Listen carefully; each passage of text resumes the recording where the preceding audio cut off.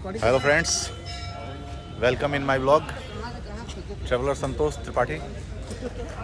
Friends, एक बार मैं फिर आप लोगों का स्वागत करना चाहता हूँ वाराणसी में अपने एक माता वैष्णो देवी धाम है जो इस समय बहुत चर्चा का विषय बना हुआ है। और इसके बारे में सिर्फ इतना ही बताना चाहूँगा कि ये सारनाथ के पास, ये कौन सा गांव है? तिलमापुर में है स्थित। और इसकी भव्यता इतनी खूबसूरत है कि आप इसके बारे में कह नहीं सकते हैं कि इसको कितने अच्छे ढंग से कस्टमाइज़ किया गया है। खैर, अभी भी इस प्रांगण में काफ़ी ज़्यादा भीड़ है, लोग काफ़ी ज़्यादा संख्या में आ रहे हैं। ये मंदिर जो है अपने आप की एक सनातनी सभ्यता को दर्शाता है, जिसके बारे में आप इतना समझ सकते हैं कि इस मंदिर को मैं कुछ आपको दिखाना चाहूँगा, कुछ इसके प्रांगण का जो इसकी भव्यता है वो कैसी है। तो प्लीज़ आप लोग एक बार देखिए इस प्रांगण की भव्यता।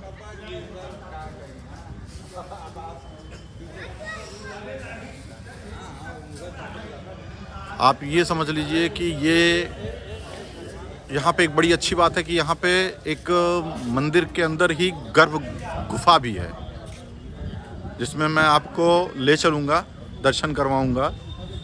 क्योंकि माता रानी जिस गर्भ गुफा से गुजरी थी, साथ में भैरवनाथ भी हैं, तो मैं आप लोगों को दर्शन करवा सकता हूँ ऐसे ही। देखिए, भगवान राम की बड़ी प्यारी सुंदर छवि है। और गर्भ गुफा को मैं आपको कल अभी दिखाऊँगा थोड़ी देर में। तो यहाँ पे बहुत सारे मुंडन संस्कार, उपनयन संस्कार या इस तरीके की बहुत सारी चीज़ें की जा सकती हैं। आप यहाँ पे आके अपने किसी भी तरीके की मान्यता कर सकते हैं। और स्नान करने के लिए यहाँ पे एक कुंड भी है, जिसको आप को मैं दिखाना चाहूँगा। थोड़ी रात हो गई है, क्लियर वीडियो की व्यूज़ तो नहीं होंगे, बट रंगीन दास पोखरा है, जिसको आप हमारे वीडियो में मैं आपको थोड़ा सा जो भी व्यू है वो दिखाना चाहूँगा। आप इस पोखरे में स्नान ध्यान करने का है कि मतलब आप स्वच्छ होके आइए। ये पोखरा भी बहुत खूबसूरत है।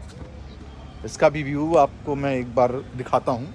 ये देखिए, ये पोखरा है इधर, और इस पोखरे से स्नान ध्यान की जो एक अलंकृत छवि है वो आपको समझ में आएगी कि हाँ, पहले के जो हमारे सनातन सभ्यता है उसमें स्नान को बहुत महत्व दिया गया है।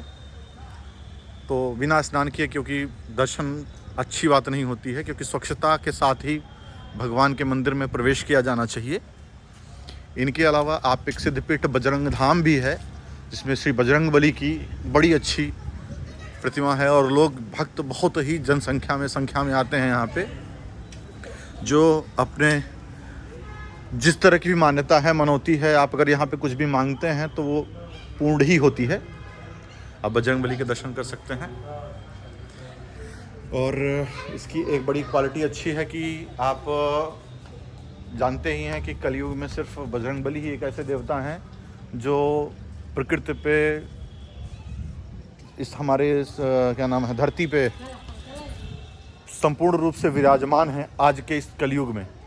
तो आप लोगों को मैं बजरंग बली के ही दर्शन करवा के आप लोगों को दिखाना चाहता था कि मतलब यहाँ पे देखिए कैसे नेचर ने बहुत अच्छा इसको खूबसूरत सजाया भी गया है। इस प्रांगण में इतनी स्पेस भी है कि आप कथा, यज्ञ, हवन कुछ भी कर सकते हैं। तो आप लोगों से मैं चाहूँगा कि आप लोग जब भी बनारस आएँ, काशी आएँ, तो इस माता वैष्णो देवी मंदिर का दर्शन ज़रूर करें। और अपने लोगों को भी बताएं कि जो लोग अभी सच में रियल वैष्णो देवी मंदिर नहीं जा पा रहे हैं, वो लोग यहाँ पे जा सकते हैं, आ सकते हैं और दर्शन कर सकते हैं। क्योंकि आपकी आस्था बड़ा मायने रखती है किसी भी पूजा के लिए। तो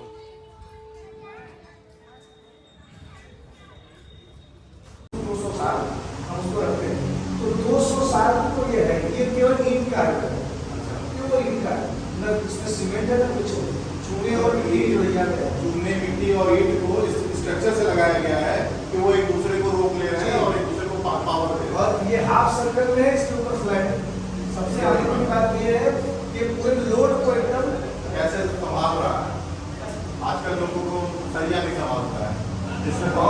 ये डबल फ्लोर है, डबल स्टोरी है। आप अंडरग्राउंड में, इसके ऊपर ग्राउंड।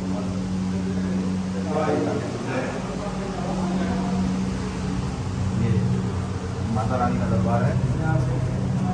आप लोगों को मैं दिखाना चाहता हूँ, यहाँ पे माता रानी तीनों पिंडियों के रूप में विराजमान है।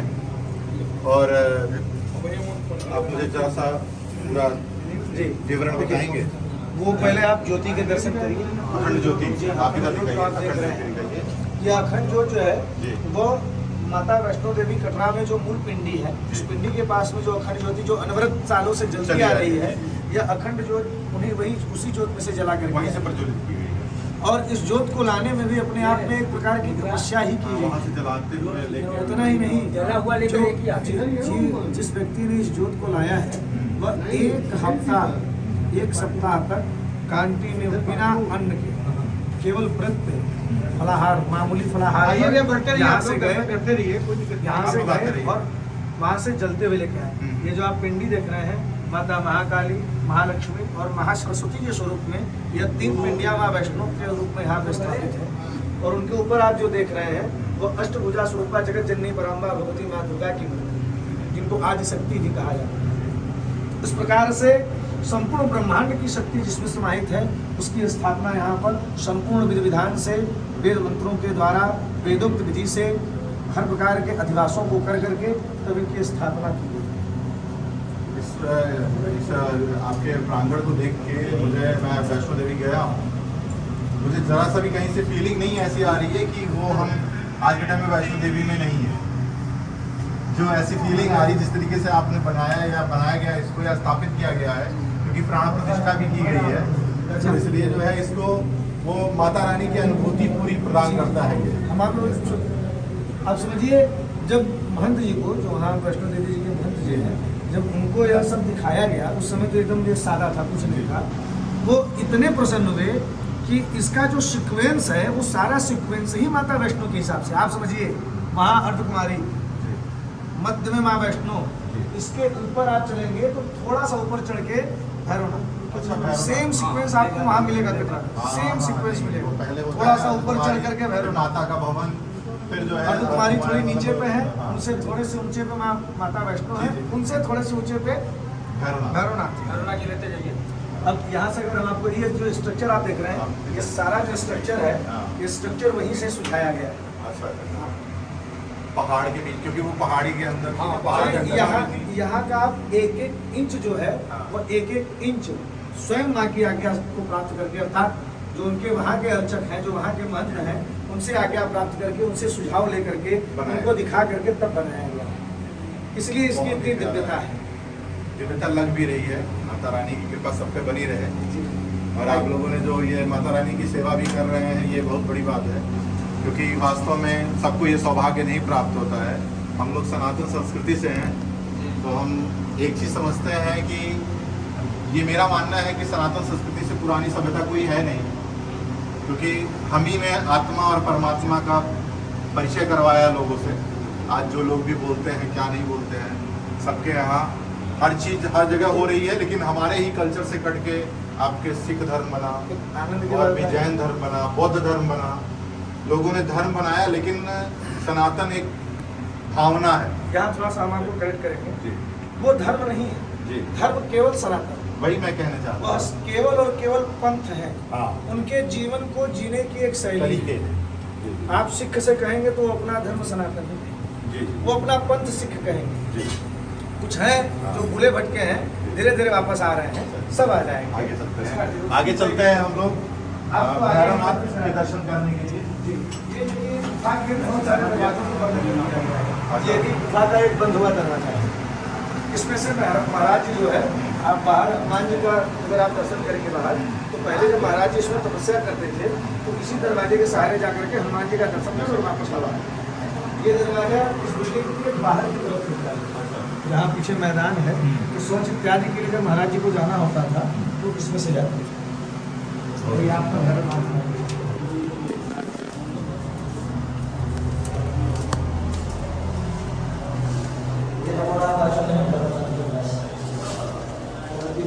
इनके दर्शन के बिना ये यात्रा अधूरी रहती है। जी जी।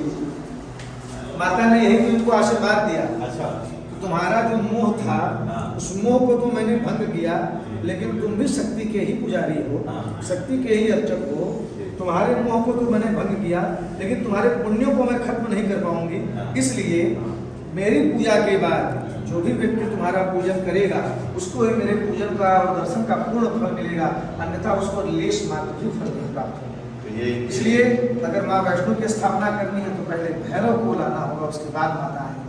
वही यहाँ भी हुआ है, पहले भैरव जी की आने की व्यवस्था बनी, क्योंकि जब महाराज जी को दिखाया गया यह स्थान तो उन्होंने पहला शब्द ये रखा था कि भैरव की स्थापना कहाँ होगी और कैसे होगी। और जब उनको यह सारा स्थान दिखाया गया तो बड़े प्रफुल्लित हुए, बहुत आनंदित हुए।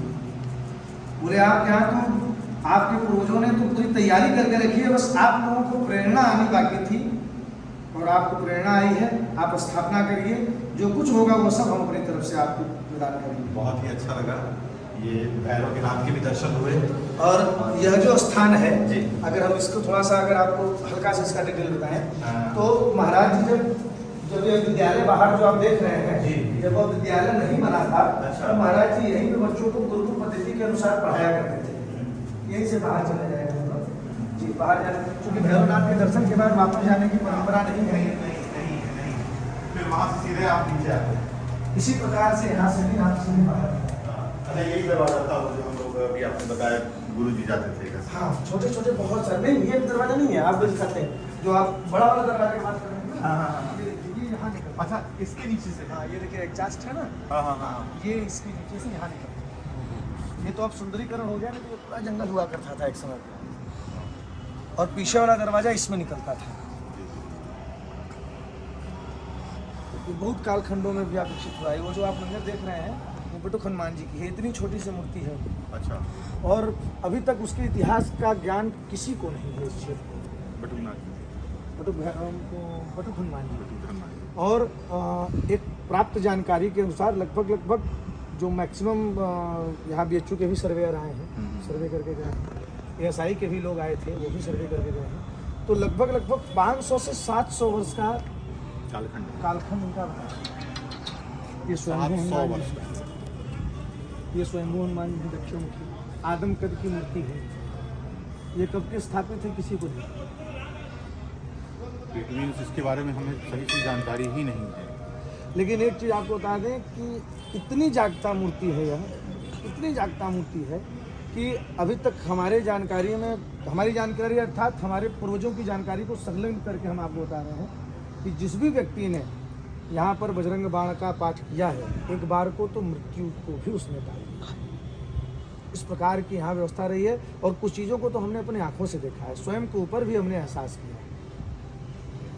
यहाँ का बटुक बीसा है बटुक हनुमान जी के लिए, वह भी बहुत प्रभावशाली। गुरु जी, ये जो तालाब है जी, इसके बारे में कुछ बताएंगे मुझे थोड़ा यह सा? तालाब भी लगभग उसी समय का है जी। रंगील दास तालाब है। महाराज जी के भक्त थे रंगील दास, उनको पुत्र की प्राप्ति नहीं हो गई थी। महाराज जी के आशीर्वाद के पश्चात जब उनको पुत्र की प्राप्ति हुई तो महाराज जी के लिए कुछ करना चाहते थे। तो महाराज ने कहा हमारे लिए करने से अच्छा है इस क्षेत्र के लोगों के लिए कुछ ऐसा करो कि क्षेत्र के लोगों का कल्याण हो, नहाने की व्यवस्था हो जाए, पशुओं को जल पीने की व्यवस्था हो जाए। तो ये तालाब का निर्माण है। यह तालाब भी उतना ही पुराना है। अब तो थोड़ी रात्रि हो चुकी है, ये तो हम आपको दिखाते। अगर आप कैमरे में तो नहीं संभवतः आ पाएगा, लेकिन अगर आप ऐसे देखेंगे तो सामने आपको कुछ खंडहर टाइप से दिखेगा। हाँ, दिख रहा है। ये तालाब चारों तरफ से चारों घाटों से पूर्ण था, आज क्षतिग्रस्त अवस्था में है। जितना प्रयास हम लोग कर पा रहे हैं उतना करके इसको हम सुंदरीकरण करा रहे हैं। तरीके से इसको तोड़ा गया था उस टाइम पे या खराब किया गया होगा। हाँ, कोशिश की गई जी, थी इसको। बिल्कुल बिल्कुल। देखिए पहले के समय में आताताइयों का बहुत आतंक रहा है, यहाँ से बहुत चीज़ें विलुप्त हुई हैं। ये आप सामने जो राम दरबार देख रहे हैं, भगवान विष्णु की मूर्ति देख रहे हैं, ये हमारे यहाँ के प्रसिद्ध रामलीला का मुख्य मंच है। अच्छा, यहाँ पे मंचन होता है? जी जी, दर्शक यहाँ बैठते हैं? हाँ, ये पूरा क्षेत्र जो है, यह पूरा अच्छा, उसको स्टेज के रूप में यूज किया जाता है। सिंहासन। हाँ, स्टेज इसलिए नहीं कहेंगे कि तो ये उस जो 3 सीढ़ियों में हाँ। 3 लोकों की स्थापना की, क्योंकि नहीं, भगवान मैं राम उस जो 3 सीढ़ियों की बात नहीं कर रहा जी। हूँ, जो उसके ये जो जाली लगी है बैरिकेडिंग उसके आगे की बात। जी हाँ, वहाँ वहाँ पे पे मंचन किया जाता होगा। मंचन किया जाता है। यहाँ पे इधर दर्शक इधर लोग- रामायणी टीम बैठती है, हाँ। जो रामायण के साथ सपोर्ट में रहते हैं। उधर अन्य कलाकार बैठते हैं। ठीक है। यह सब रंगमंच है। हाँ। ये पूरा मध्य का जो क्षेत्र आप देख रहे हैं, ये रंगमंच ये का क्षेत्र है, रंगमंच यहाँ है। पे मंच को पूरा प्रदर्शित किया जी, जाता है, जी, जी। प्रस्तुत किया जाता है। और बैठने की व्यवस्था यहाँ होती है, यहाँ होती है। और आप देख रहे हैं ना, काफी भीड़ होती होगी यहाँ। बहुत बहुत बहुत यह लोगों हमारे को यहाँ बैठने में तकलीफ भी होती होगी क्योंकि इतनी स्पेस ही नहीं। नहीं, हमारे पास जगह आप देखेंगे ना तो आप वहाँ तक पूरा भरा रहता है। अच्छा, ये सब भी पूरा खाली जो हिस्सा ये है वो पूरा भरा रहता है, कहीं आपको तिल मात्र का जगह नहीं मिलेगा। छठ पर्व हमारे यहाँ बहुत धूमधाम से मनाया जाता है। ये इस घाट को अभी इसीलिए हम लोग प्रयास में लगे हुए हैं। और सुंदरीकरण चारों ओर से जी करने जी का। जी, पूरा प्रयास में लगे हैं। सरकार से भी, सरकार के प्रतिनिधियों से भी बात हो रही है और प्रशासनिक अधिकारियों से भी बात हो रही है कि घाट को चारों तरफ से बना करके, जो अमृत सरोवर का एक तरीका है उस तरीके से चारों तरफ से बना दें। क्योंकि आप समझिए इस समय यहाँ जब छठ होने को होता है तो अब यहाँ पे तिल अगर आप इसे बिखेर देंगे ना तो नीचे नहीं गिरेगा। इस प्रकार की भीड़ यहाँ हमारे यहाँ किसी फिर तो प्रकार के मैनेजमेंट त्योहार करना भी थोड़ा मुश्किल होता बहुत होगा। मुश्किल होता है। समझिए 2-2, 3-3 गाड़ी पीएससी पुलिस की यहाँ पे रहती है, उसके बाद भी पसीने छूट जाते हैं। आपसे बड़ा अच्छा लगा यहाँ की जानकारी लेके, क्योंकि मैं भी बनारस काफ़ी दिनों तक आया, बहुत दिनों से आ रहा था, मुझे इसके बारे में जानकारी नहीं थी।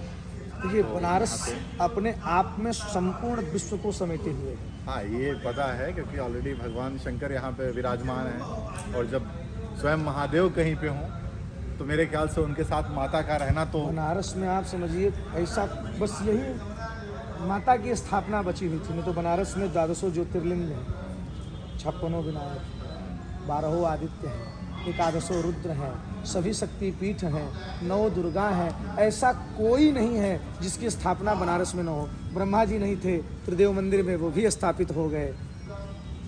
और माता की कमी थी, हम लोगों का ऐसा परम वैसे सौभाग्य। बनारस अलौकिक भी है, क्योंकि अद्भुत। यहाँ पे मैंने देखा है कि जो आता है वो बनारस का होके रहना चाहता है, बनारस कभी किसी को नहीं छोड़ता भैया। किसी को नहीं छोड़ता। ये है, और बनारस और की प्रेम बनारस भी जब है। छोड़ता है तो सीधे मुक्ति को प्राप्त कराता है। नहीं, फिर तो वो बनारस का ही, क्योंकि बनारस में जहाँ महादेव है वहाँ का ही होके रह जाता है वो, और महादेव से ही मुक्ति मिल सकती है, बाकी और कहीं से तो हो नहीं सकती है। संभव ही नहीं। तो आपसे बात करके बड़ा अच्छा लगा, आपके ज्ञान का बहुत बहुत धन्यवाद आपको। और बाकी दर्शकों, मैं आप लोगों से चाहता हूँ, मेरे प्यारे भाइयों, कि आप लोग मेरे इस चैनल को सब्सक्राइब करें, और जब भी बनारस कभी आएँ तो माता वैष्णो के गुफा के और इस राम दरबार के दर्शन जरूर करें, और इस मंदिर के दर्शन करके अपने आप को पूर्ण फल की अर्जित करने की कोशिश करें। धन्यवाद। पंडित जी, मैं लखनऊ से आया हूँ और मैं जानना चाहता हूँ कि इस मंदिर की स्थापना कैसे हुई और क्या महत्व है यहाँ। कि महत्व तो यहाँ का अनंत है। अनंत इसलिए है कि सैकड़ों सालों से हमारे क्षेत्र में आस्था का बहुत विशेष हर प्रकार से, चाहे वो भगवान की नियमावली के अनुसार रहा हो, भगवान के पूजन के अनुसार रहा हो, चाहे वो यहाँ पे जप तप इत्यादि कारणों से रहा। यहाँ यह ब्रह्मचारियों की तपस्या है। 4 ब्रह्मचारी यहाँ रहे हैं, जिन्होंने सैकड़ों सालों का समय यहाँ दिया, सैकड़ों साल यहाँ तपस्या की।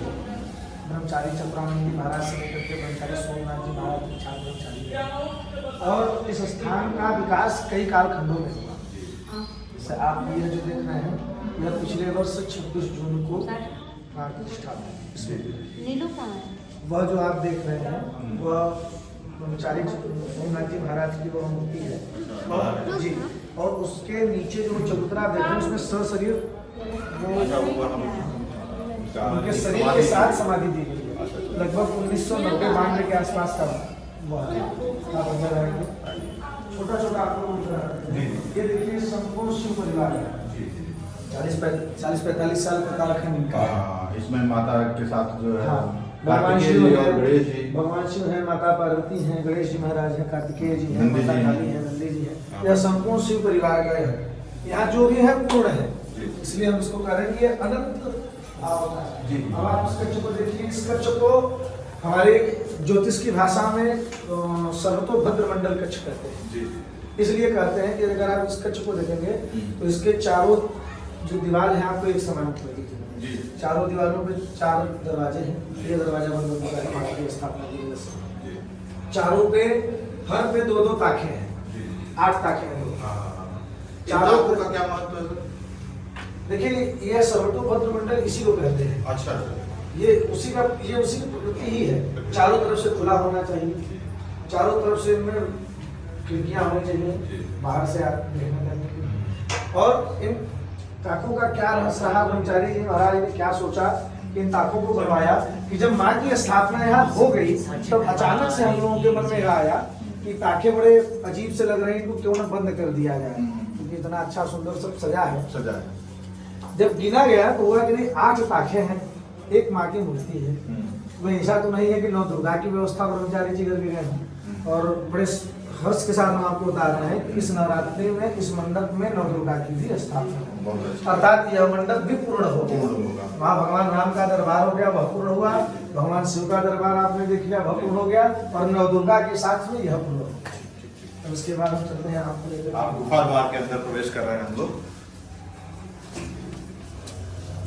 यहाँ पे जो फीलिंग आ रही है वो टोटल वैष्णो देवी मंदिर की फीलिंग आ रही है जी कि कैसे वहाँ पे हम जाते हैं। आप लोग भी यहाँ पे आ सकते हैं, दर्शन कर सकते हैं माता के और आशीर्वाद प्राप्त कर सकते हैं।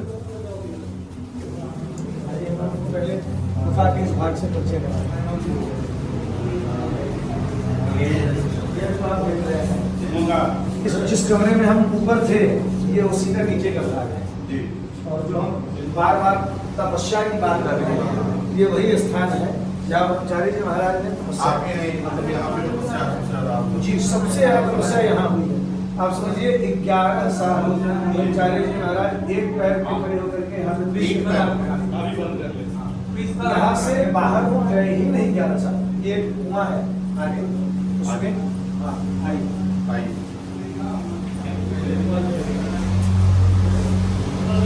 ये कुआं है। अच्छा।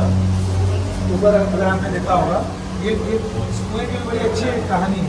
ये 18 सालों में खोदा गया है, 1-2 साल में नहीं। इतना समय लगा है? जी, साल भर में केवल एक बार खुदाई होती थी।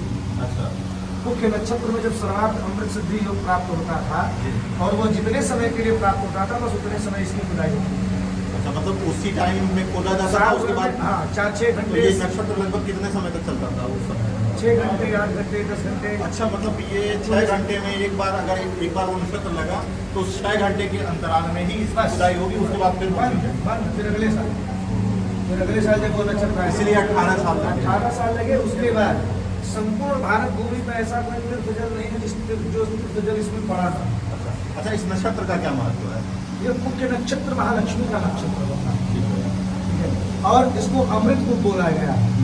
अमृत किसके हाथ में था?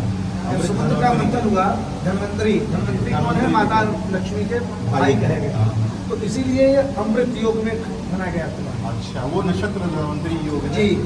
और ये जो आप स्थान खुला हुआ देख रहे हैं ये गुफा का पूर्व का द्वार रहा है, लेकिन सुरक्षा कारणों से जब गुफा में कोई नहीं आता तो इसको बंद कर दिया गया। अभी खोला जाएगा। अच्छा ये खुलेगा? जी। जैसे आप माँ वैष्णो में पहले आप जब गुफा में अंदर आप जाते हैं चढ़ाई पे तो पहले आप अर्धकुमारी का दर्शन करते हैं। ये स्थान अर्धकुमारी